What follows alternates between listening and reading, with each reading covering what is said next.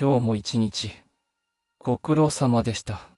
このチャンネルは、あなたを心地よい睡眠へと誘う、朗読チャンネルです。幻想的な世界での冒険が、あなたを深い眠りへと導きます。眠りの世界へと参りましょう。この動画は、ファンタジー、オリジナルストーリーを6話お届けします。当チャンネル、眠りの語り部。では、あなたの夢のお供になる物語をご用意していますので、深い眠りへと旅立つ前にぜひチャンネル登録をよろしくお願いします。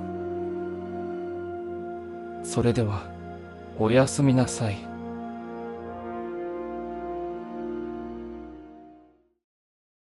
異次元への招待。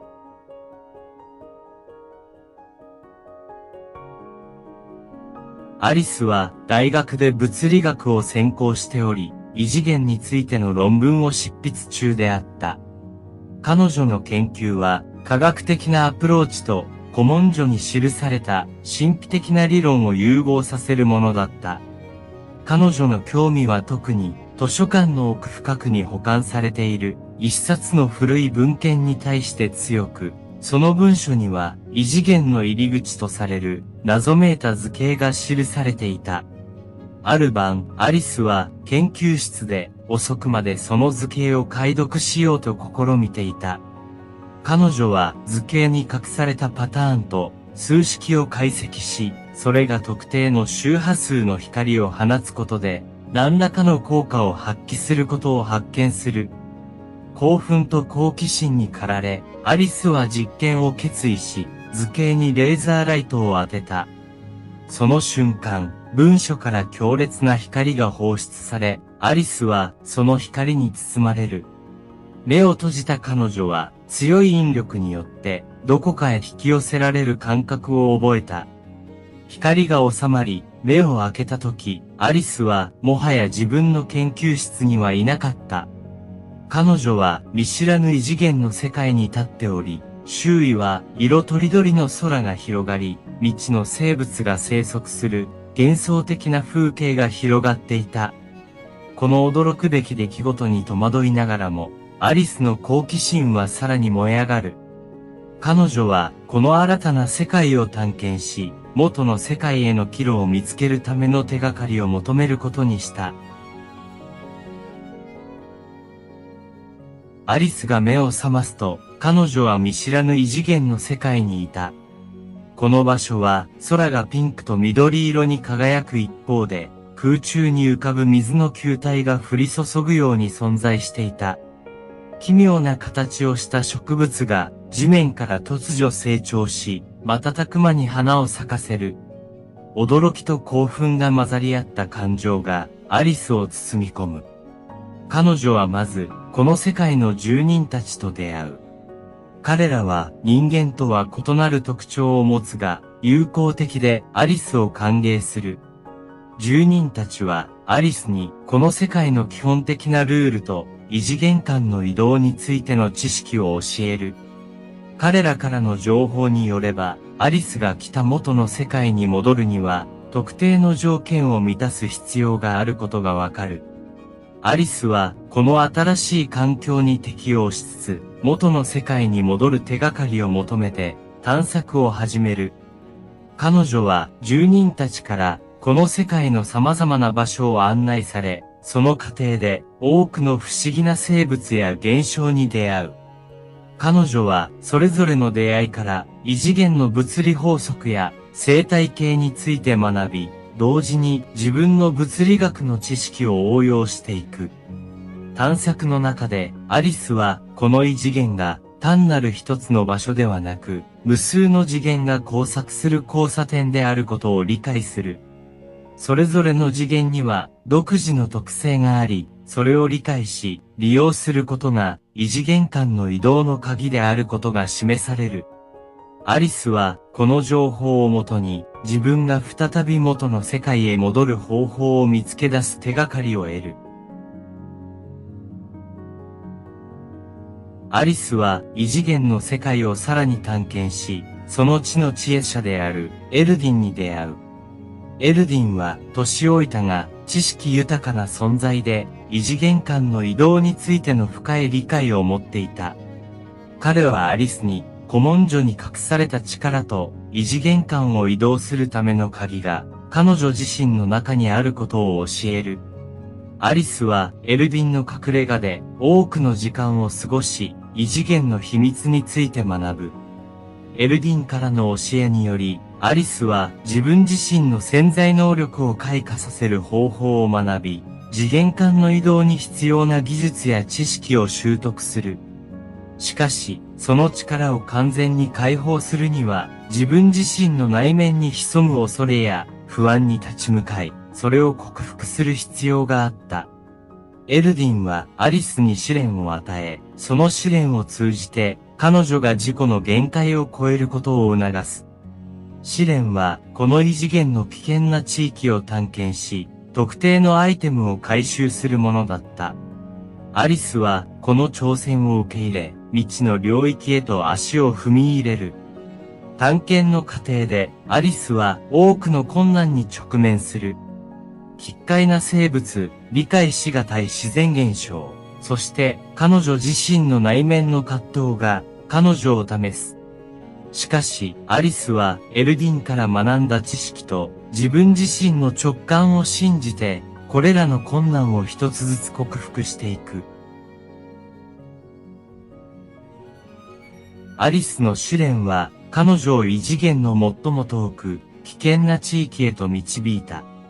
彼女はエルディンに与えられた地図を頼りに神秘的なアイテムを探し求める。この地域は時間と空間が不安定に交錯する場所であり、アリスの物理学の知識と直感が試される。試練の中でアリスは自身の恐れや不安と向き合うことを余儀なくされる。彼女はこれまでの人生で抑え込んでいた感情や記憶と対峙し、それらを乗り越えることで内面の力を解放する。この過程でアリスは自己の成長とともに宇宙の根底に流れるより大きな真実への理解を深めていく。アリスが目指すアイテムは古代の神殿の奥深くに隠されており、多くの防御機構が彼女を阻もうとする。しかし、彼女は試練を通じて得た知識と力を駆使し、一つずつ障害を解決していく。最終的に、アリスは神殿の中心部にたどり着き、光に満ちた聖域で神秘的なアイテムを手に入れる。このアイテムの力を得たことで、アリスは異次元間の移動が自由に行えるようになる。彼女は新たに開かれた扉を通じて元の世界への帰路を見つける。帰還の瞬間、アリスは自分が経験したすべての出来事が単なる偶然ではなく自己実現のための必要な過程だったことを悟る。アリスは異次元からの帰還後、彼女の研究と冒険の体験を論文にまとめ上げる。彼女の論文は物理学の枠を超えた異次元の理論とその実体験に基づく説明を詳細に記述しており、学会で大きな注目を集める。しかし、すべての人々が彼女の体験を信じるわけではなかった。多くの批判と疑問が投げかけられ、アリスは学問的な立場で孤立することに直面する。しかし、アリスは自分が見た真実と得た知識の価値を理解していた。彼女は異次元の体験がもたらした広がりと深みを疑いや批判に負けずに世界に広めようと決意する。アリスは講演会やセミナーを開き、自らの体験と異次元理論について話し続ける。その情熱と説得力が徐々に人々の心を動かし始め、彼女の理論は少しずつ受け入れられるようになる。また、アリスは異次元の世界で出会った知恵者や生物たちとも継続的に交流を持ち、彼らからの知識と彼女自身の研究を結びつけ、新たな科学的発見を追求する。彼女の努力は次世代の冒険家や科学者たちに多大な影響を与え、異次元研究の新たな分野を開くきっかけとなる。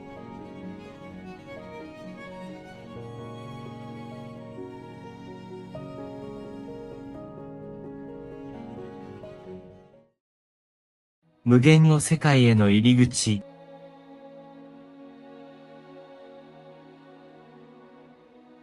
セオドールは無限の世界への入り口を守る騎士団の団長として、その責任と名誉を一身に背負っていた。彼の任務は古代から伝わる神秘的な遺物を保護し、それを使って無限の世界への入り口を管理することだった。この遺物は世界の均衡を保つ鍵とされ、非常に強力な力を持っていた。ある晩、警報が騎士団の城に鳴り響く。セオドールが急いで遺物が保管されている部屋に駆けつけると、そこには破壊された扉と遺物が消えた跡だけが残っていた。彼の心は激しい怒りとともに深い絶望に沈んだ。遺物なしでは無限の世界への入り口を適切に管理することが不可能となり、世界は未知の危険にさらされる可能性があった。セオドールは遺物を取り戻すため、そして世界の均衡を保つためにすぐに行動を開始する。彼は自らの騎士団を率いて遺物の行方を追う。その過程で彼は遺物が黒市で取引されるという情報を得る。これを手がかりにセオドールは辺境の村から大都市へと旅を始める。彼の心には遺物を取り戻し、自らの名誉を回復するという一途な決意が燃えていた。セオドールの旅は辺境の村から始まり、急速に都市へと向かって進んだ。彼は情報に基づき、遺物が黒市で取引されるという情報を追っていた。道中、様々な旅人や商人たちと出会い、彼らの助けを借りながら、遺物の行方についての手がかりを集めていった。都市に到着したセオドールは、地下の世界に広がる広範な情報網を駆使して、黒市の場所を突き止める。この都市は、その昔から秘密裏に様々な遺物や金製品が取引される場所として知られており、彼にとって多くの危険が伴う場所でもあった。セオドールはかつての部下であり、現在は都市で情報屋として働いているラズロの助けを得る。ラズロは黒市の内部情報を持っており、セオドールを黒市に潜入させる計画を立てる。二人は夜の帳が降りた際に行動を開始し、多くの警戒をくぐり抜けながら、黒市の奥深くに足を踏み入れる。黒市は予想以上に広大で様々な商品が所狭しと並べられていた。セオドールはラズロと共に遺物が取引されるとされる区画へと進む。彼らは数々の危険な取引を目撃しながらも目的の遺物を見つけるために奮闘する。その過程でセオドールは自分が信じる正義と使命のために戦う決意を新たにする。セオドールとラズロが黒市の深部に潜入すると、遺物を手に入れるための緊張が高まる。彼らは取引現場に近づき、遺物がまさに取引されようとしている瞬間を目撃する。セオドールは迷うことなく行動に移り、取引を妨害しようとするが、その瞬間、罠が仕掛けられていたことが明らかになる。突如、彼らの周囲は敵対する騎士団に囲まれ、セオドールは捕らえられてしまう。この騎士団は遺物を狙う別の勢力であり、彼らもまた無限の世界への入り口を掌握しようと企んでいた。セオドールは囚われの身となり、敵のアジトへと連れて行かれる。アジトでセオドールは敵騎士団の団長と対峙する。団長は彼に対して遺物の真の力とそれを使った野望を語る。セオドールはこの力が間違った手に渡ることの危険性を痛感し、なんとか脱出を図る計画を練り始める。その間、彼は自分の過去と向き合う時間を持つ。かつて辺境の村で平凡な生活を送っていた彼が、どのようにして今の地位に至ったのか、そして本当に守るべきものが何かを深く考える。この反省と自己啓発は、セオドールに新たな決意を与え、彼は内面からの強さを取り戻す。捕らえられたセオドールは、敵の騎士団との間で、複雑な心理戦を展開する。彼は冷静さを保ちつつ、敵の意図を探り、彼らの計画について情報を集める。セオドールは敵団長の信頼を少しずつ得ることに成功し、その過程で敵団長の弱点と野心を見抜く。一方、セオドールの団員たちは彼の補修を知り、救出作戦を計画する。彼らは秘密裏に敵のアジトに接近し、複数のルートから同時に攻撃を仕掛ける準備を進める。セオドール自身も内部から脱出を試みる計画を立て、適切なタイミングで行動を開始する。救出作戦が始まった夜、セオドールは自らの起点と戦略を駆使して、囚われの拘束を解き放つ。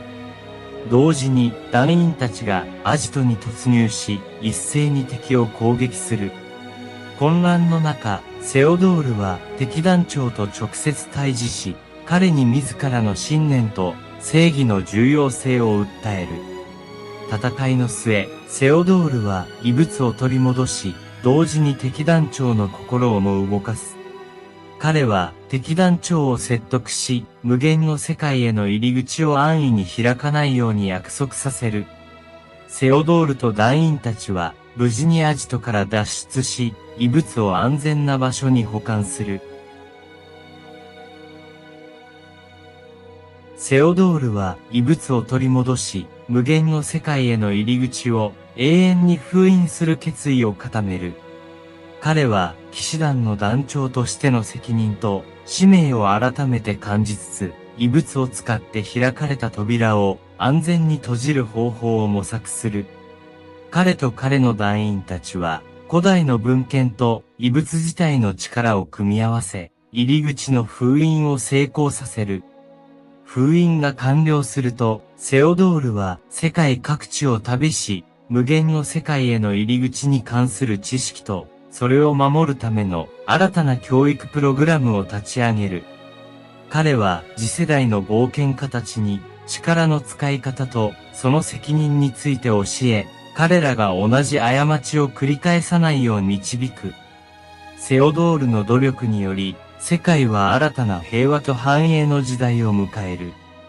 彼の名前は救世主として、また賢明な指導者として語り継がれ、彼の教えは多くの人々に影響を与え続ける。彼自身も内面的な平和を見つけ、かつての辺境の村へと戻り、そこで静かな余生を送ることを選ぶ。彼が築いた遺産は未来へと続いていく。彼の物語は終わりを告げるが、彼の影響は無限の世界への入り口を通じて永遠に世界に光をもたらすことになる。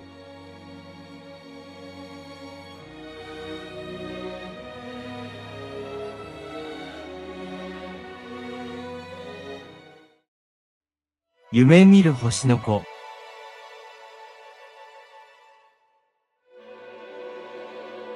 12歳のミオは学校でのトラブルに心を痛めていた。彼女はクラスメートたちとの関係がうまくいかず、孤独を感じていた。毎晩のように夜空を見上げて星に願いをかけるのが彼女の慰めだった。星々は彼女にとって友達のような存在で、彼女の唯一の逃げ場だった。ある夜、ミオがいつものように星に話しかけていると、空の一角が異常に明るく輝き始めた。彼女の目の前で一番明るい星が輝きを増すと、不思議なことに、その星がミオに話しかけてきた。星の声は優しく、慰めるような響きを持っていた。ミオ、あなたの悩みは星座の一部だ。一つ一つの星がつながり、大きな意味をなすのです。あなたの今の困難も、やがてはあなたの人生にとって大切なピースになるでしょう。この出来事に驚きつつも、ミオは星からのメッセージに心を打たれる。星からの励ましにより、彼女は自分の問題に対する新たな視点を得る。この不思議な出会いは、ミオにとって新しい始まりの兆しとなり、彼女の心に希望の光を灯す。ミオが星からの声を聞いた夜から、彼女の心境に変化が現れ始めた。星の言葉を思い出し、自分の問題を別の角度から考える勇気を持つことができた。彼女は星からの例えを通じて、自分の生活と人間関係について深く考えるようになる。次の日、学校でミオはいつもと違う態度で、一日を過ごすことに決める。彼女は通常避けていたクラスメートに積極的に話しかけ、彼らの興味や趣味について質問する。はじめは戸惑いもあったが、徐々にクラスメートたちもミオの変化に気づき、彼女に対する態度も少しずつ柔らかくなっていく。ミオは星が教えてくれたように、一つ一つの出来事が大きな意味をなすことを理解し始める。学校での小さな成功を積み重ねることで、彼女は自信を持って問題に立ち向かえるようになり、友達との関係も改善していく。ある日、ミオは図書館で星座に関する本を手に取る。その本を通じて、彼女は星座がどのように各星の位置関係で意味をなすのかを学ぶ。この知識はミオに、人生の困難も星座のように、一つ一つがつながり合って、大きな絵をなすという視点を、さらに強く意識させる。学んだ教訓を胸に、ミオはさらに自信を持って、学校生活に臨むようになる。星からの助言を胸に、彼女は友達との関係修復に真剣に取り組み始める。彼女は友達との誤解を解き、信頼を取り戻すために、積極的にコミュニケーションを取る努力を続ける。ミオはまた、先生との間にあった誤解も解くために、自分の思いや学校での悩みを正直に話し始める。この対話は、ミオと先生の間の関係を大きく改善し、ミオの学業へのモチベーションも高まる。先生は、ミオの変化に気づき、彼女の能力と潜在的な可能性を、さらに引き出すためのサポートを強化する。一方で、ミオは星との対話を深めるために、夜ごとの星観察を続ける。星との会話は、彼女に新たな視点を与え、人間関係の複雑さを理解する手助けとなる。彼女は、星から学んだ、異なる星が一緒になって、美しい星座を形成するという事実を、人間関係にも適用する。この過程でミオは、友達や先生だけでなく、家族との関係においても、新たな一面を発見する。彼女の両親もまた、ミオが成長する過程を支え、彼女の興味や才能を育てるために、新たな努力を始める。学校での問題が徐々に解決に向かう中、ミオは自分の将来と夢についても深く考え始める。星から教わった教訓は、彼女に自分の内面と向き合う勇気を与えていた。夜空を見上げながら、ミオは自分が本当に実現したい夢が何かを探求する。星とのさらなる対話を通じて、ミオは夢を追い求めることの意義と、それに伴う困難に立ち向かう覚悟を学ぶ。星は彼女に大きな夢を持つことの価値と、それを追求する過程で出会う挑戦が自身を成長させることを教える。ミオは自分が将来宇宙飛行士になって新たな星々を探検するという夢に向かって具体的なステップを踏み出す決意を固める。彼女は学校の科学プロジェクトに参加し始め、宇宙に関連する学問にさらに熱心に取り組む。彼女の情熱と努力は徐々に認められ、先生やクラスメートからも支援を受けるようになる。この過程で、ミオは自己疑念や恐れとも戦う。しかし、星からのアドバイスを胸に、彼女はそれらの感情を乗り越え、目標に向かって前進する。星はミオに、すべての困難は乗り越えられると信じ、自分自身に投資することの大切さを再び教える。ミオは星から学んだ教訓を生かし、自分の夢である宇宙飛行士になることを目指して行動を起こす。彼女は学校の問題を乗り越え、自分の未来を自分の手で切り開く決意を固める。ミオは学業に優れ、科学コンテストで賞を獲得するなど、宇宙飛行士に必要な資質と能力を着実に身につけていく。星との不思議な出会いは、ミオの人生に永遠の輝きをもたらした。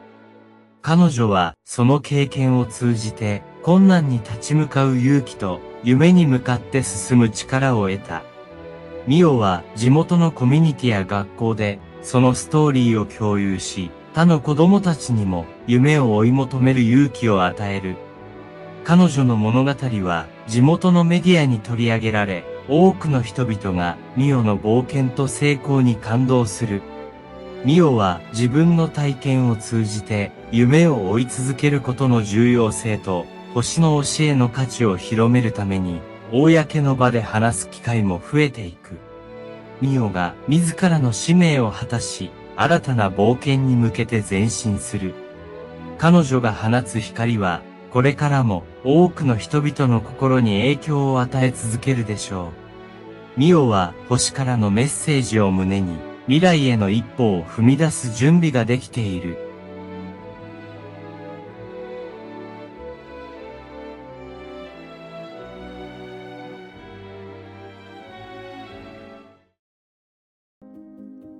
青函の橋渡し。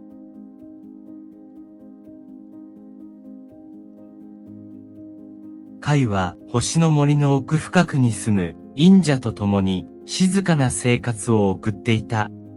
ある日、忍者が語り始めた。青函の橋渡しという伝説の話だ。カイ、お前は知っているか？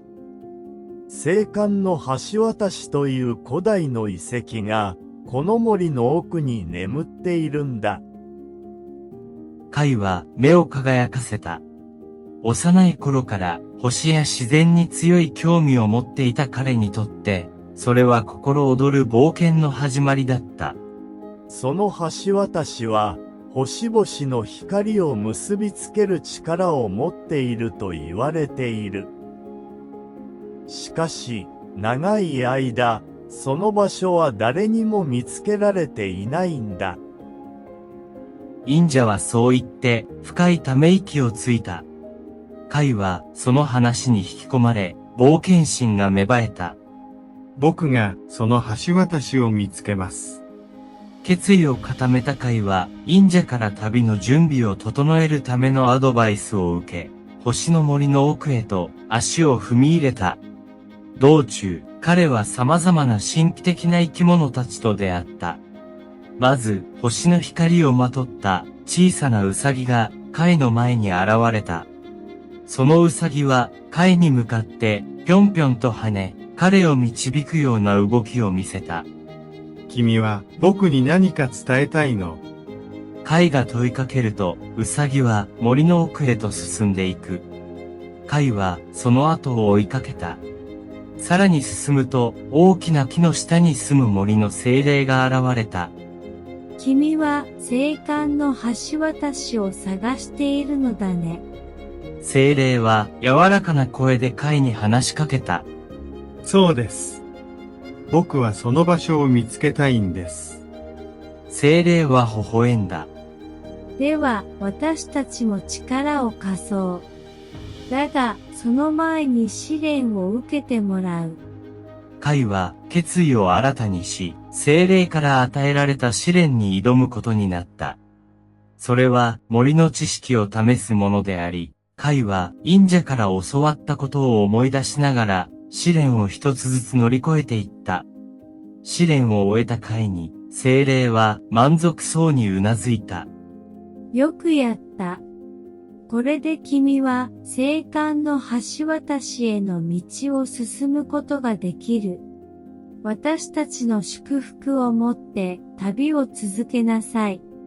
カイは感謝の言葉を述べ、再び星の森の奥深くへと足を踏み出した。星の光が彼の道を照らし、カイの心には新たな冒険への期待が満ち溢れていた。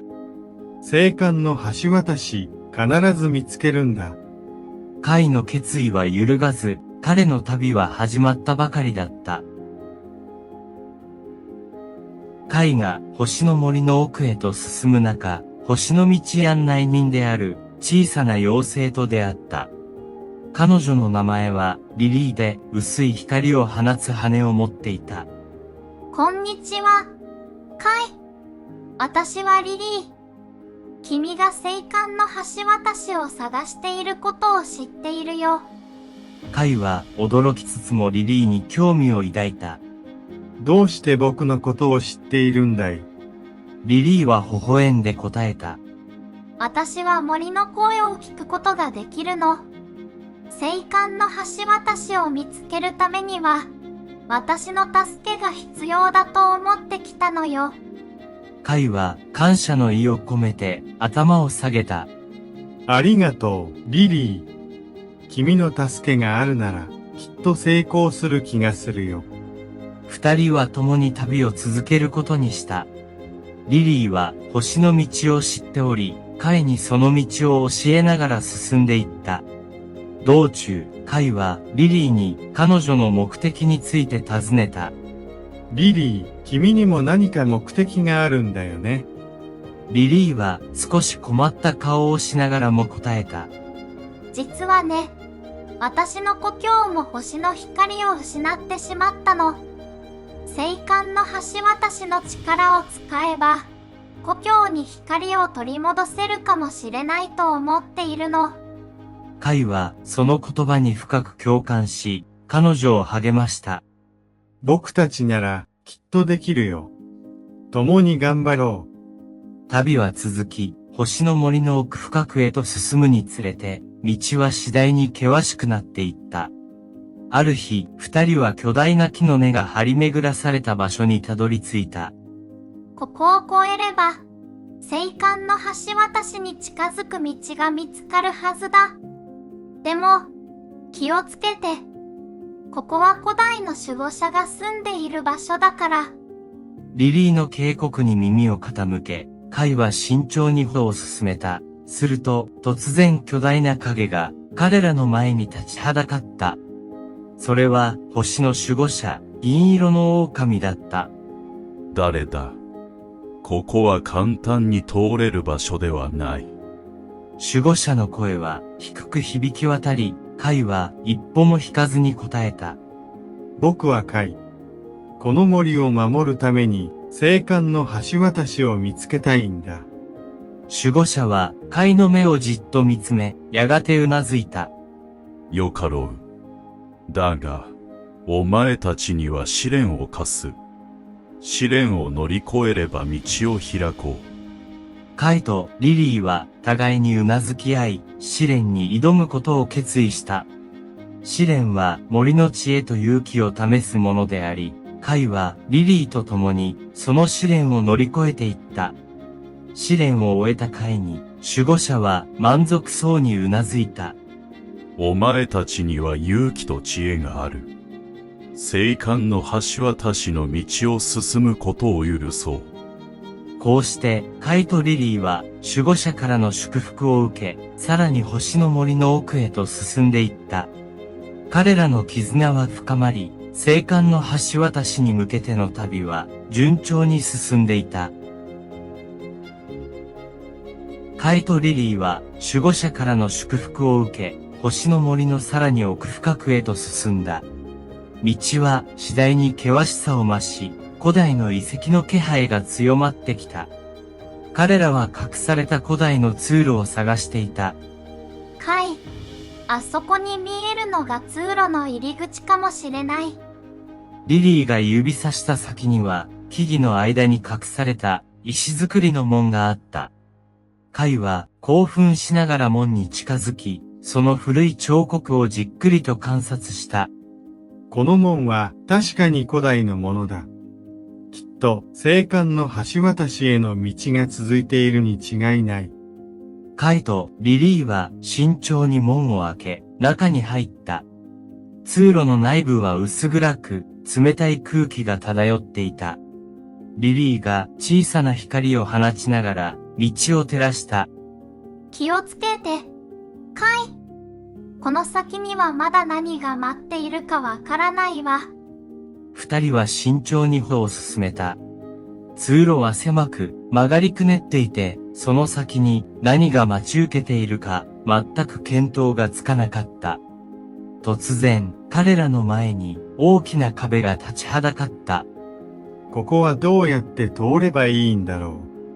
カイは壁に手を当てながら考えた。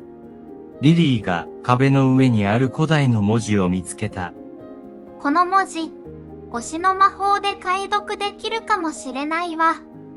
リリーは手をかざし、古代の文字に魔法を施した。すると、壁がゆっくりと動き始め、隠された通路が現れた。成功だ。行こう、リリー。通路の先には、さらに困難が待ち受けていた。地面が不安定で、足を踏み外せば、深い穴に落ちてしまう場所があった。カイは、リリーの小さな翼を頼りに、慎重に道を選びながら進んだ。ここは本当に危険だね。でも、僕たちならきっと乗り越えられる。リリーも同意し、二人は互いに支え合いながら前進した。やがて、通路の先に明るい光が見え始めた。出口が見える。カイは希望を胸に抱き、リリーと共に光の方へと急いだ。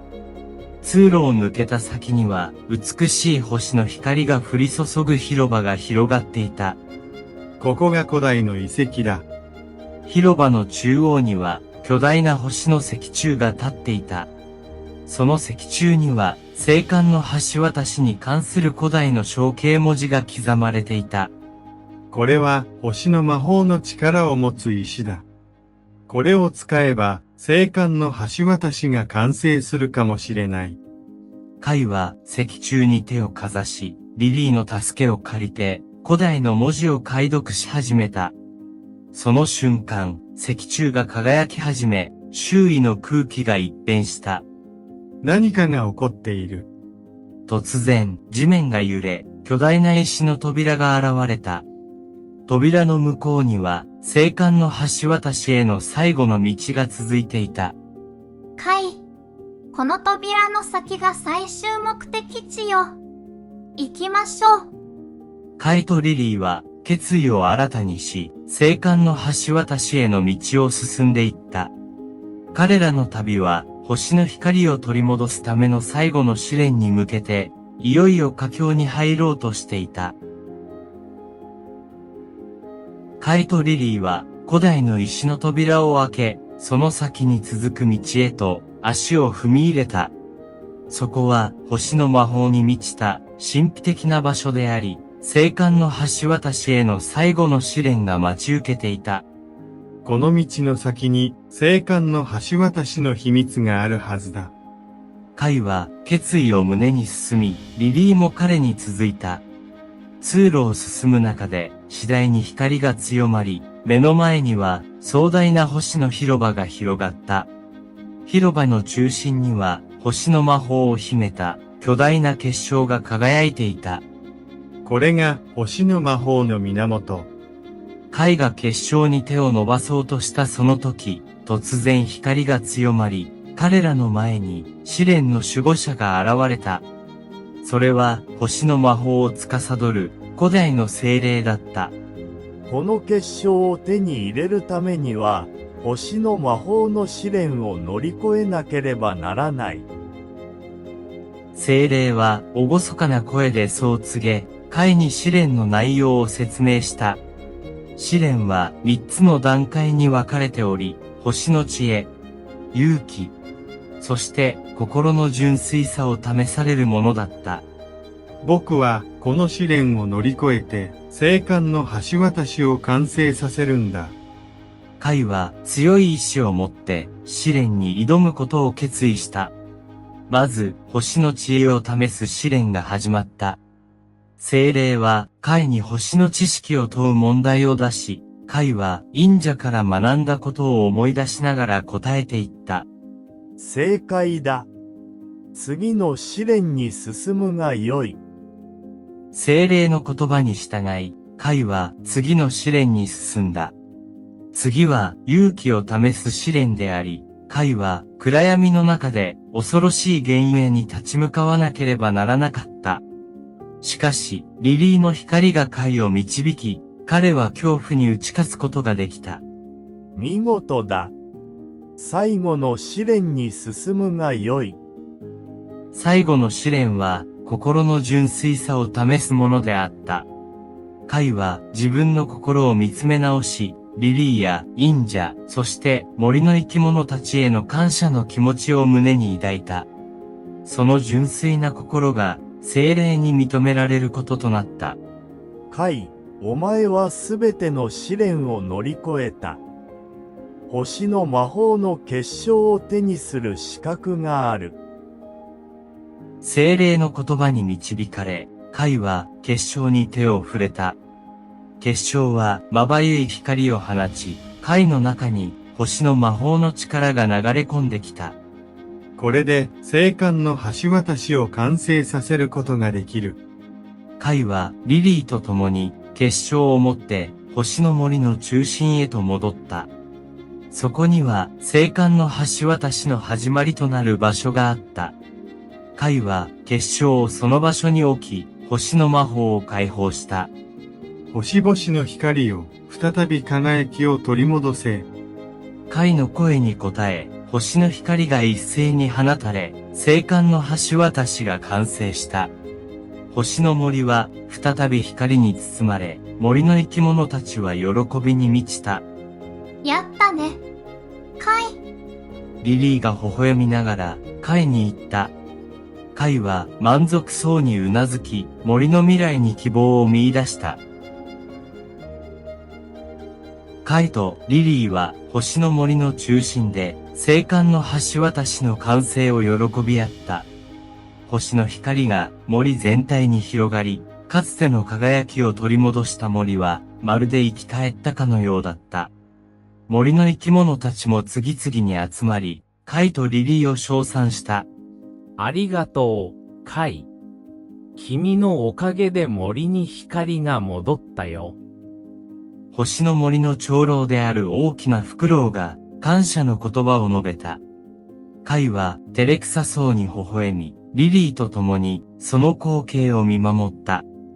僕だけじゃなく、リリーや森のみんなのおかげだよ。カイはそう言ってリリーに視線を送った。リリーも笑顔で答えた。そうね。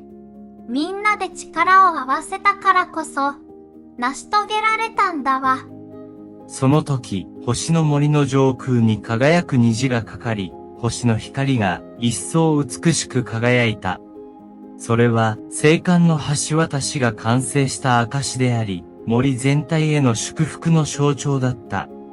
これからは星の光を守り続けることが大切だね。カイはそう言って森の未来について考えた。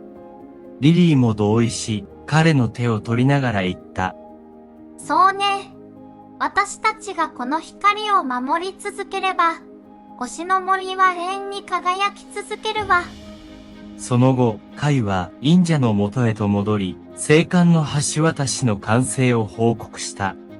忍者は深くうなずき、カイの成長を喜んだ。よくやった、カイ。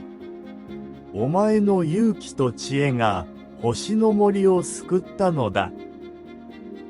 忍者の言葉に、カイは感動し、自分の成し遂げたことの大きさを実感した。これからも森を守り続けます。カイは決意を新たにし、森の守護者としての役割を果たすことを誓った。そしてリリーもまた星の道案内人として森を見守ることを決意した。私たちはこれからも一緒に、この森を守り続けるわ。こうして、カイとリリーは、星の森の平和を守るために、新たな冒険を始めた。星の光が輝き続ける限り、彼らの物語は終わることはなかった。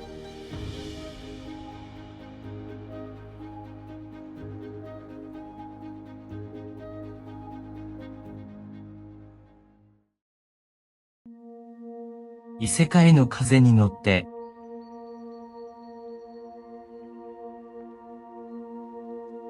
天空の城が異世界の空に浮かんでいる。その城は魔法で支えられ、古代の知識が詰まった神秘的な場所だった。ある日、城で異世界の平和を脅かす危機が発生した。レオ、君にこの任務を託す。天空の城の騎士団長がレオに告げた。レオは冷静な表情でうなずいた。彼は騎士団の一員として異世界の平和を守るための使命を背負っていた。はい、団長。必ずや危機を解決してみせます。レオは決意を胸に天空の城へと向かった。城の入り口には古代の守護者たちが立ちはだかっていた。彼らはレオの試練を試すために現れた。ここを通るには、お前の力を試さねばならぬ。守護者の一人が低い声で言った。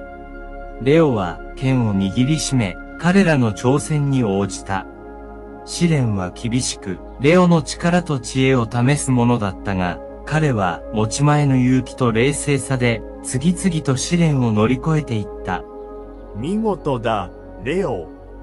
お前には次の道を進む資格がある。守護者たちは満足そうにうなずき、レオに道を開いた。彼は城の内部へと進み、その先に待つ新たな試練に立ち向かう覚悟を決めた。この城には異世界の平和を脅かす秘密が隠されている。私はそれを見つけ出し、解決しなければならない。レオは心の中でそう誓いながら城の奥へと進んでいった。彼の前にはさらに厳しい試練が待ち受けていたが、彼の決意は揺るがなかった。天空の城の中は古代の魔法で満ちていた。壁には古代の文字が刻まれ、レオはそれらを解読しながら進んでいった。彼の知識と経験が試される瞬間だった。この文字は試練の次の段階を示しているのか。レオは立ち止まり、文字をじっくりと読み取った。すると、突然光が強まり、彼の前に新たな道が開かれた。よし、行こう。レオは再び進み始めた。城の奥深くには異世界の平和を守るための鍵が隠されていると信じていた。彼の冒険は始まったばかりだったが、その道のりは険しくも希望に満ちていた。天空の城の深部に足を踏み入れたレオは広大な大広間にたどり着いた。そこには古代の試練の場が設けられており、魔法の力を試すための試練が待ち受けていた。ここが試練の場か。レオは大広間の中心に立ち、周囲を見渡した。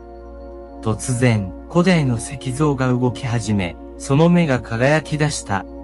試練を受ける者よ、ここでその力を示せ。石像の声が大広間に響き渡り、レオは構えを取った。試練は3段階に分かれており、それぞれが異なる力を試すものだった。第一の試練は魔法の知識を試すものであった。大広間の壁に刻まれた古代のルーン文字を読み解くことで、次の扉を開ける方法を見つける必要があった。この文字は火のルーン。ここに水のルーンを組み合わせると。レオは手早くルーン文字を読み取り、正しい組み合わせを導き出した。すると石像が再び動き、扉が開かれた。第一の試練をクリアしたか。次に進むがよい。第2の試練は力の試練であった。大広間の中央に巨大なクリスタルが現れ、それを破壊することで試練を乗り越える必要があった。これを破壊するには、レオは剣を取り出し、クリスタルに向かって力強く振り下ろした。何度も何度も打ち込むことで、ついにクリスタルは砕け散った。見事だ。次の試練に進むがよい。第3の試練は精神の試練であった。レオは暗闇の中に閉じ込められ、心の中の恐怖と向き合わなければならなかった。彼は過去の辛い経験を思い出しながら、それを乗り越える決意を新たにした。私はこの恐怖に負けるわけにはいかない。レオは深呼吸をし、心を落ち着けた。すると、暗闇が徐々に消え去り、光が戻ってきた。すべての試練を乗り越えた者よ、お前に次の道を開こう。石像が最後の言葉を告げ、大広間の奥に新たな通路が現れた。レオはその通路を進み、さらに天空の城の奥深くへと向かった。これで次の段階に進める。レオは自信を胸に新たな冒険に挑む決意を固めた。彼の旅はまだ続くが、その先にはさらなる試練と出会いが待っていることを知っていた。ここに魔法使いがいるはずだ。レオがそうつぶやいたとき、突然広間の中央に暗い影が現れた。それは闇の魔法使い、ザラフだった。彼は城の秘密を握り、異世界の平和を脅かす存在だった。ふふふ、君がここまでたどり着くとは思わなかったよ、レオ。ザラフは霊障を浮かべながらレオに近づいた。レオは剣を構え、彼に向かって言った。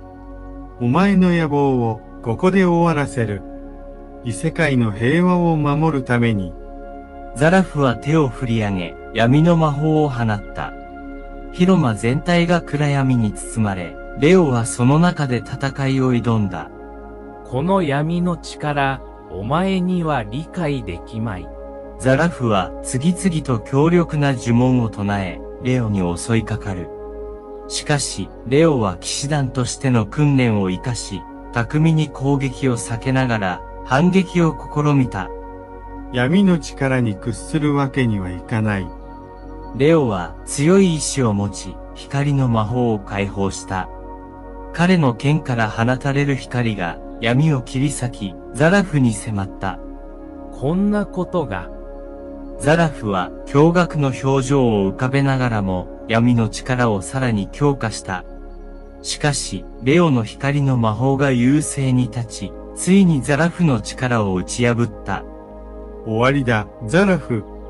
レオは最後の一撃を加え、ザラフを倒した。ザラフは倒れ込み、その闇の力は消え去った。これで異世界の平和を脅かす者は消え去った。レオは剣を収め、広間の中央に立つ石碑に目を向けた。そこには闇の魔法を封じるための古代の呪文が刻まれていた。この呪文を使えば闇の魔法を封印できるはずだ。レオは石碑に手をかざし、呪文を唱え始めた。すると石碑が輝き始め、広間全体に光が広がった。その光は闇の魔法を封じ、異世界に再び平和をもたらした。これで終わったのか？レオは深い息をつき、広間の外へと歩き出した。彼は次の目的地へと進み、異世界の平和を守るための新たな決意を胸に抱いた。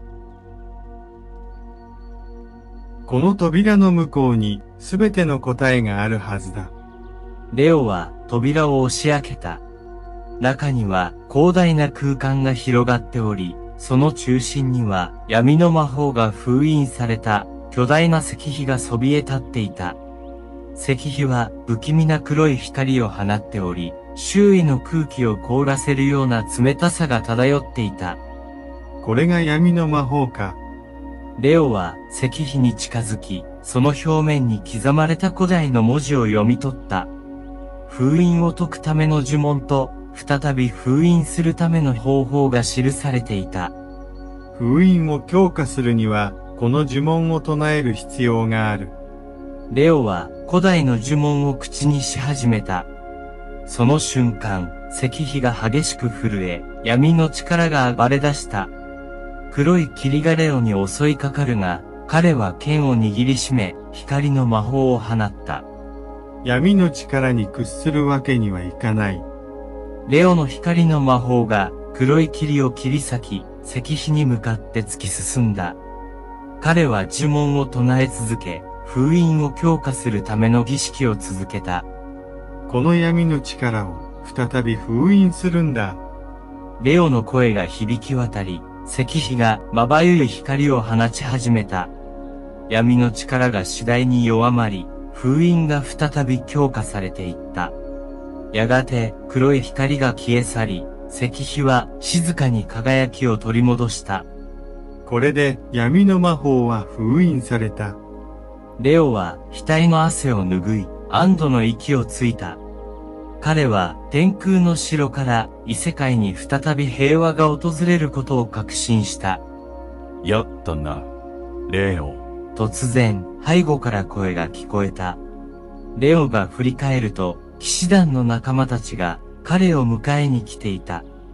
みんな、レオは笑顔を浮かべ、仲間たちと再会を喜んだ。彼らは共に戦い抜いた仲間として、互いの無事を確認し合った。これで異世界の平和は守られた。次は私たちの新たな使命を果たす時だ。レオは仲間たちと共に誓いを新たにし、未来へ向けて歩み始めた。彼の旅はまだ終わってはいないが、今は一つの使命を果たしたことに満足感を感じていた。行こう、みんな。新たな冒険が待っている。レオは仲間たちと共に天空の城を後にし、異世界の平和を守るための新たな冒険へと旅立った。彼らの絆は深まり、未来への希望が輝いていた。ここに集まったのは、異世界の平和を守るための新たな決意を示すためだ。騎士団長が厳かな声で言葉を発した。レオは騎士団の一員として、その言葉に深くうなずいた。私たちは闇の魔法を封じ、この世界に再び平和をもたらした。しかし、これで終わりではない。これからも私たちはこの平和を守り続ける。騎士団長の言葉に続き、レオもまた誓いの言葉を述べた。私はレオ、この世界の平和を守るために戦い続けることを誓います。闇の力が再び蘇らぬよう、常に見守り続けることをここに誓います。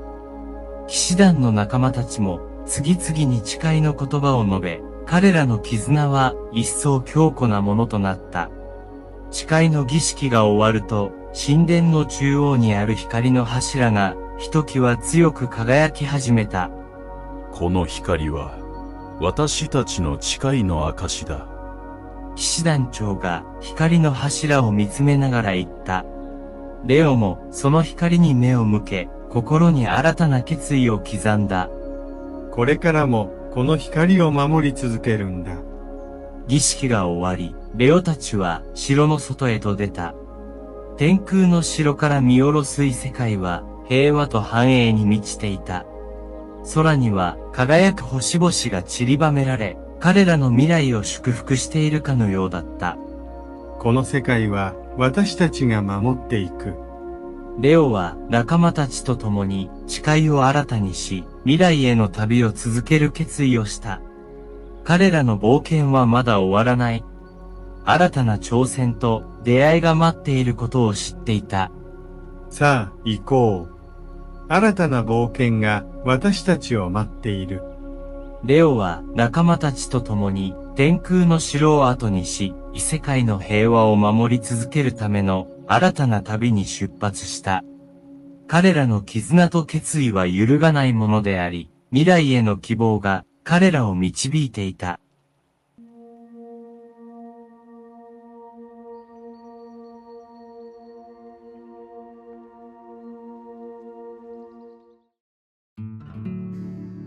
原稿に導かれて、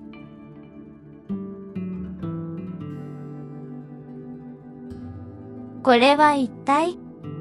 カリンは驚きと好奇心を胸に光の森の中を歩き始めた。森は美しい光に包まれており、木々の間を原光が漂っていた。その光はカリンにとって見たこともないものであり、心が躍るような感覚を覚えた。ここはどこなんだろう？カリンは不安と興奮を抱えながらも、さらに奥へと進んだ。すると森の中で不思議な生き物たちが現れた。彼らはカリンに興味津々で近づいてきた。小さな妖精や光を放つ蝶、そして木々の精霊たちがカリンを歓迎しているかのようだった。こんにちは。君たち。私はカリン。ここに来たばかりなの。妖精たちはカリンの言葉に反応し、小さな声で囁いた。ようこそ、カリン。私たちはこの光の森に住む者たち。君を導いた原稿のことを知っているよ。カリンは驚きの表情を浮かべた。原稿って、あの光のこと？妖精たちはうなずき、カリリンに森の中心にある古代の泉の話を聞かせた。そう。あの光は古代の泉から発せられる原稿なんだ。泉には異世界の謎を解く力が宿っていると言われている。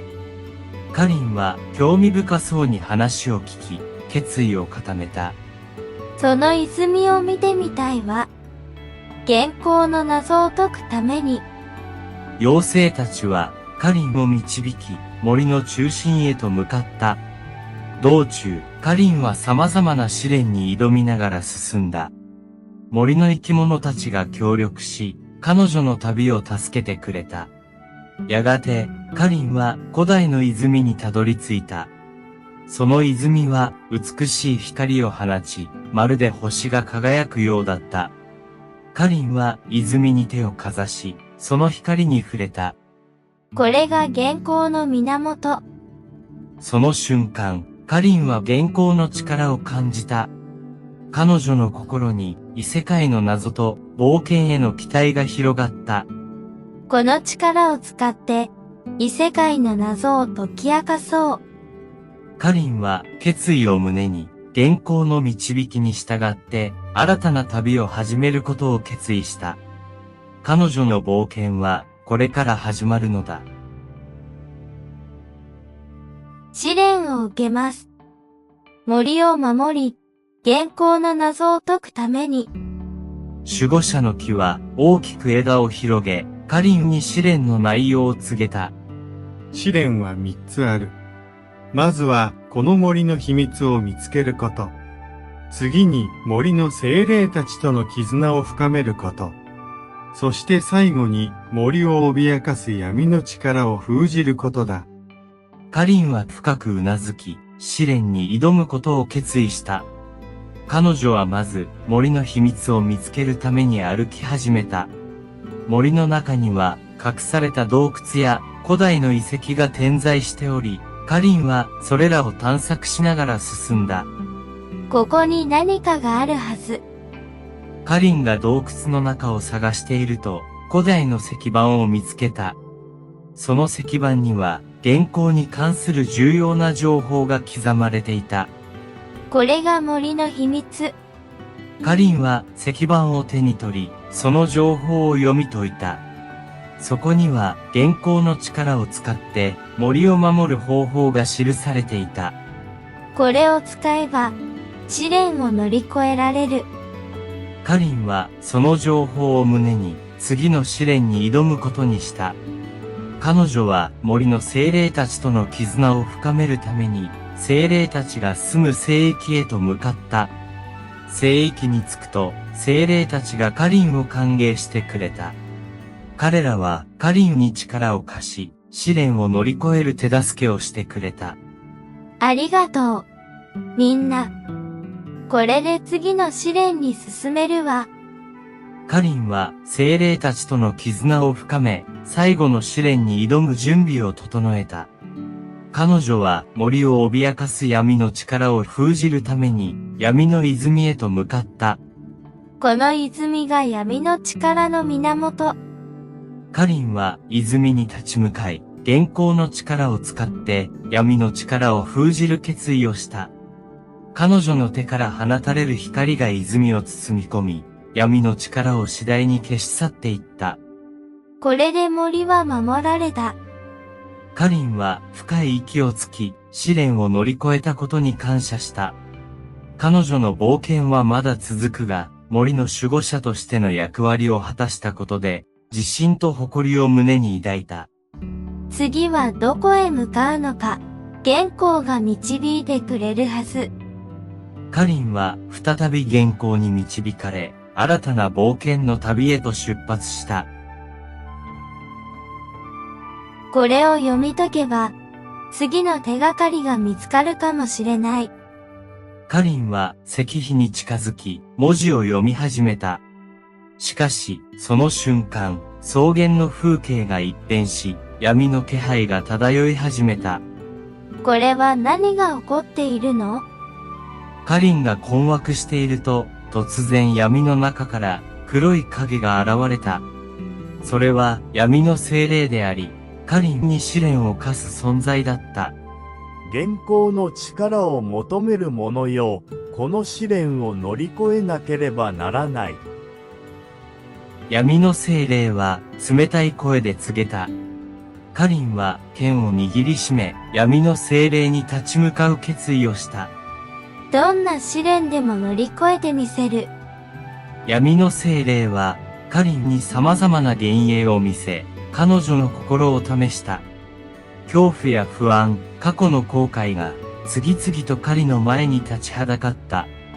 しかし、彼女は自分の心の強さを信じ、元寇の力を信じた。私はこの闇に負けない。カリンは心を落ち着け、元寇の力を解放した。その光が闇を切り裂き、闇の精霊を退けた。見事だ、カリン。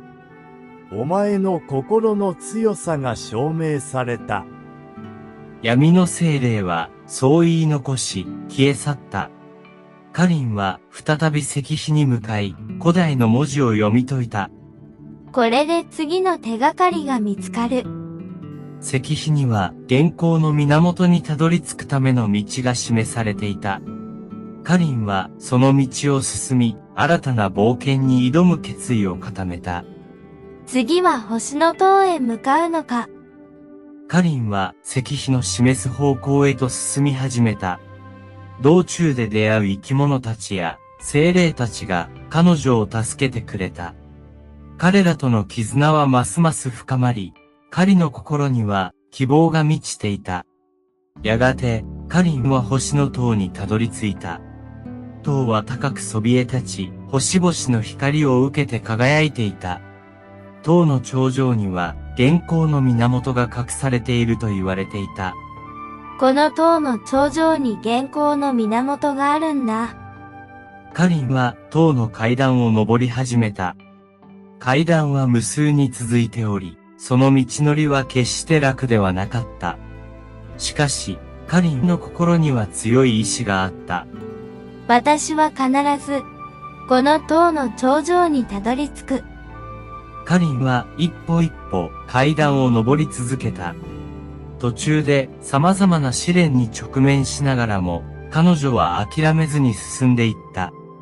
ついに、カリンは塔の頂上に到達した。そこには美しい光の泉があり、元寇の源が輝いていた。これが元寇の源。カリンは泉に手をかざし、その光に触れた。その瞬間、彼女の心に元寇の力が流れ込んできた。この力を使って、異世界の平和を守るんだ。カリンは新たな力を手に入れ、再び旅立つ準備を整えた。彼女の冒険はまだ終わらない。元寇に導かれ、次なる試練と謎を解き明かすための旅が続く。扉がゆっくりと開き、カリンは神殿の内部へと足を踏み入れた。内部は暗闇に包まれており、不気味な静けさが漂っていた。しかし、カリンの心には恐れはなかった。私はこの神殿の謎を解く。カリンが進むと、神殿の奥に巨大な祭壇が現れた。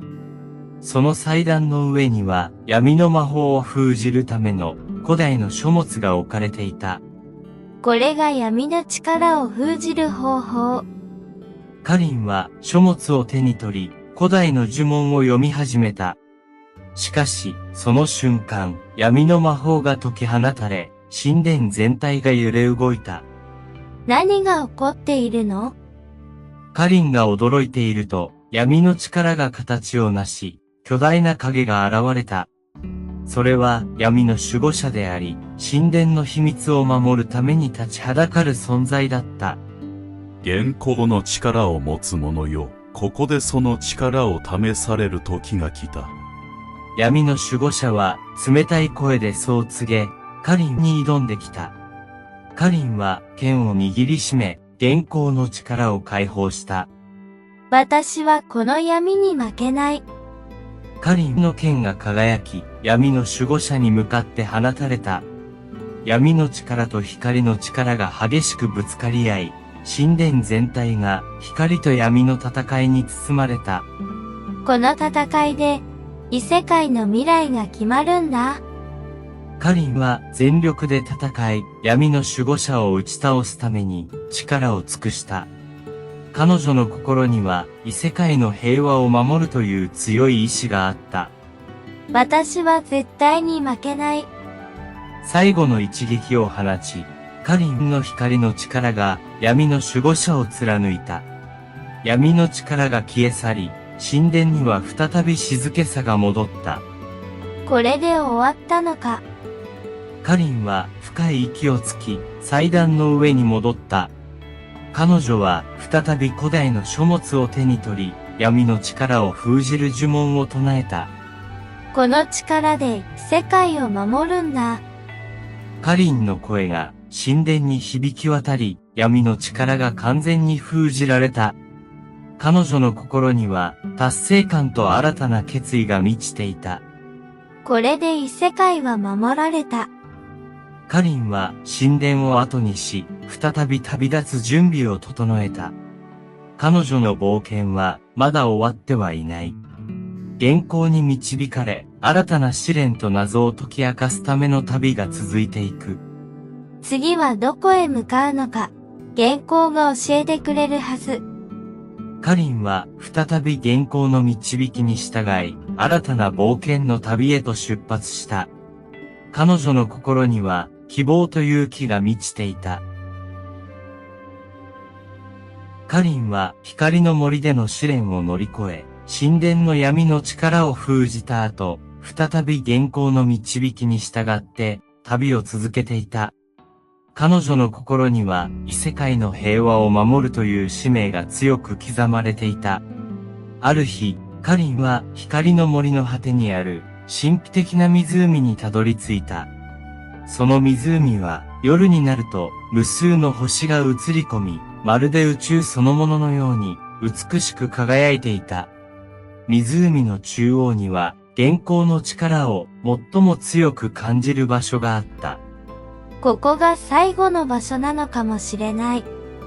カリンは湖のほとりに立ち、静かに目を閉じた。湖の水面に映る星々が彼女の心に語りかけるようだった。カリンはその光に導かれ、湖の中央へと歩みを進めた。私は、元寇の力を完全に解放するために、ここに来たのかもしれない。湖の中央に到着すると、カリンは星の光に包まれた。彼女の心にはこれまでの旅で得た経験と知識が蘇ってきた。この力を使って、異世界の平和を永遠に守るんだ。カリンは心の中でそう誓い、現行の力をすべて解放する準備を整えた。その瞬間、湖の水面がまばゆい光に包まれ、星々が一斉に輝きを増した。この光が異世界を守る力。カリンは両手を広げ、光の力を全身に受け止めた。その光は彼女の体を通じて湖全体に広がり、異世界のすべての場所に届いた。これで異世界は永遠に守られる。カリンの心には安堵と達成感が満ちていた。彼女の使命は果たされた。しかし、彼女の旅はまだ終わらない。異世界の平和を見守り続けるために、新たな冒険が始まるのだ。これからも、元光と共に。カリンは湖の光を背に、再び歩き出した。彼女の冒険は続き、異世界の未来を守るための新たな試練と出会いが待っている。私は、元光の守護者として生きていく。カリンの心には、異世界のすべての命を守るという強い意志が宿っていた。彼女の旅は永遠に続き、元光の導きによって新たな世界が広がっていく。カリンの冒険はこれからも続いていく。彼女は元光の力を持ち、異世界の平和を守り続ける。その光は永遠に輝き、すべての人々に希望をもたらすだろう。元光に導かれて、私はこれからも進み続ける。カリンは微笑みながら未来への一歩を踏み出した。